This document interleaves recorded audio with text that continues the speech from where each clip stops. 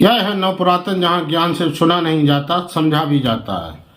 सदियों से कहा गया मंत्र सिर्फ आस्था है, पूजा है, विश्वास है, लेकिन यह अधूरी बात है। सच यह है कि मंत्र मन की नहीं, ऊर्जा की तकनीक है। मंत्र चेतना को प्रोग्राम करने वाले साउंड कोड्स हैं। आज की जेनेटिक्स और न्यूरोसाइंस साबित कर चुकी है कि डीएनए बदला जा सकता है और जीन्स एक्टिवेट या डीएक्टिवेट किए जा सकते हैं, और यह सब संभव होता है साउंड फ्रीक्वेंसी से, यानी ध्वनि आवृत्ति से।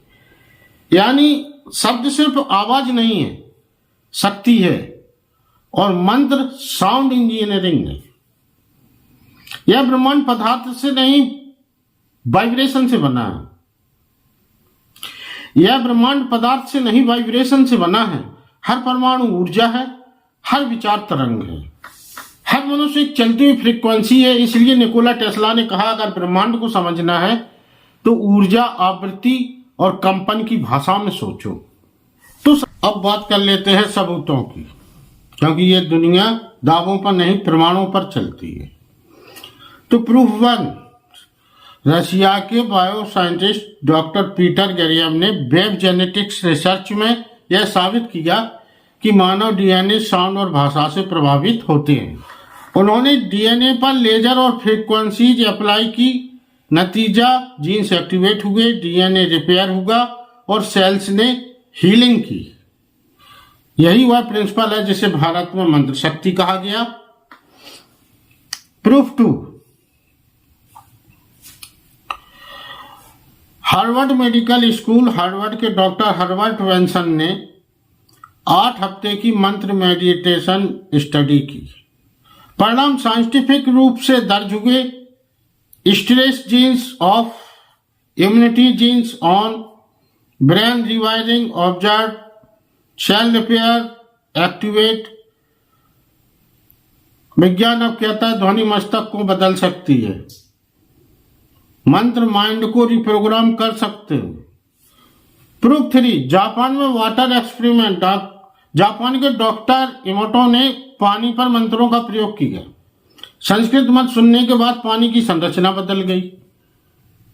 माइक्रोस्कोप में सुंदर ज्यामितीय क्रिस्टल उभर आए। क्योंकि संस्कृत कोई सामान्य भाषा नहीं, मैथमेटिकली प्रिसाइज साउंड सिस्टम है। ऋषि पहले ही कह गए थे, नाद ही ब्रह्म है और ध्वनि ही सृष्टि है। चलिए आप चलते हैं प्रूफ 4 की तरफ।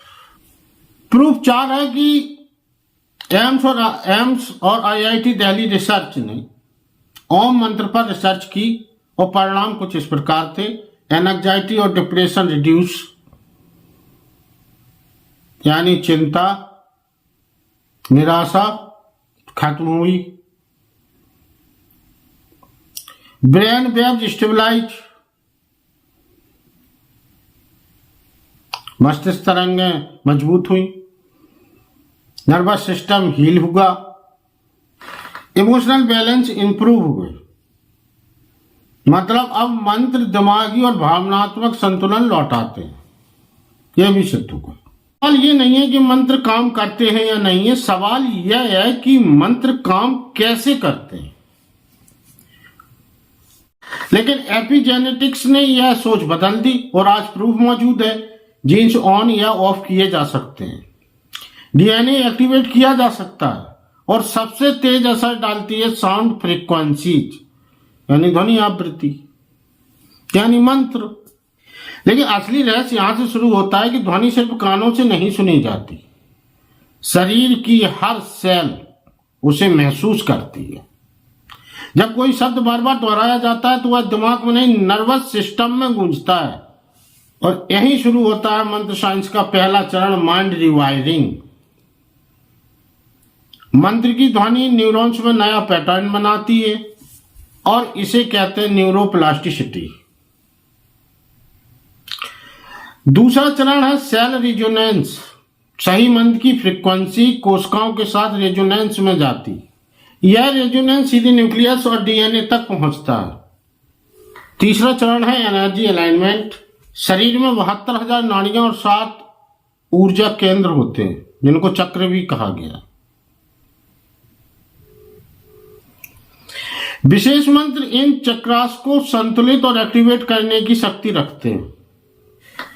लेकिन याद रखो, मंत्र सिर्फ बोलने से काम नहीं करते, मंत्र एक्टिवेट करने पड़ते हैं। एक्टिवेशन के 5 नियम हैं, जिसमें पहला है उच्चारण, यानी सही प्रोनाउंसिएशन होना बहुत जरूरी है। दूसरा है स्वर, विशेष मंत्र की एक विशेष टोन होती है, एक विशेष स्वर। तीसरा आता है सही लय,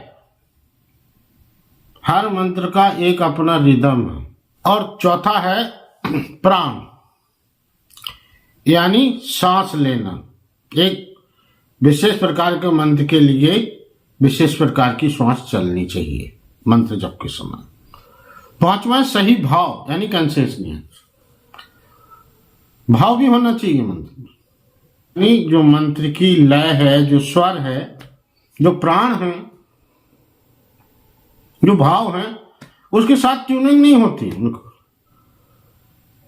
इसलिए लाखों लोग मंत्र करते हुए भी उनको उसका लाभ नहीं मिल पाता। प्राचीन ऋषि इसीलिए दीक्षा देते थे।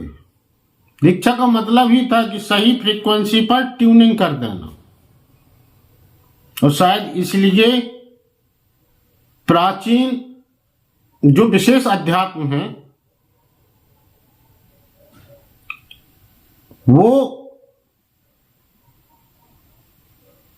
कभी लिखा नहीं गया।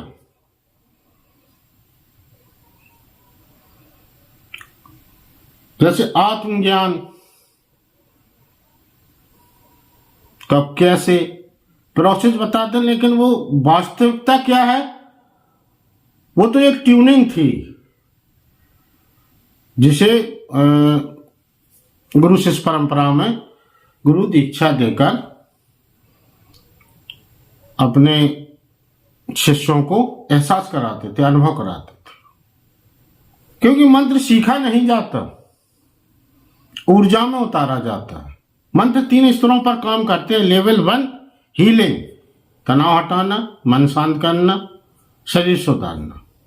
2 ट्रांसफॉर्मेशन, सोच बदलना, आदत बदलना, जीवन बदलना। लेवल 3 सिद्धि, ऊर्जा पर नियंत्रण और चेतना का विस्तार। जो कहते हैं मंत्र सिद्ध हो जाता है तो ऊर्जा पर नियंत्रण और चेतना का विस्तार हो जाता है। वेद कहते हैं नाद ब्रह्म है, ध्वनि ही सृजन की आधार शक्ति है। विज्ञान कहता है एवरीथिंग इज वाइब्रेशन। दोनों एक ही सत्य को दर्शाते हैं। अगले भाग में हम जानेंगे क्या हर व्यक्ति मंत्र सिद्ध कर सकता है, सबसे शक्तिशाली बीज मंत्र कौन से हैं, क्या बिना गुरु साधना के संभव है, और मंत्र चेतना को कैसे ट्रांसफॉर्म करते हैं। तैयार रहो, यह तो बस शुरुआत है।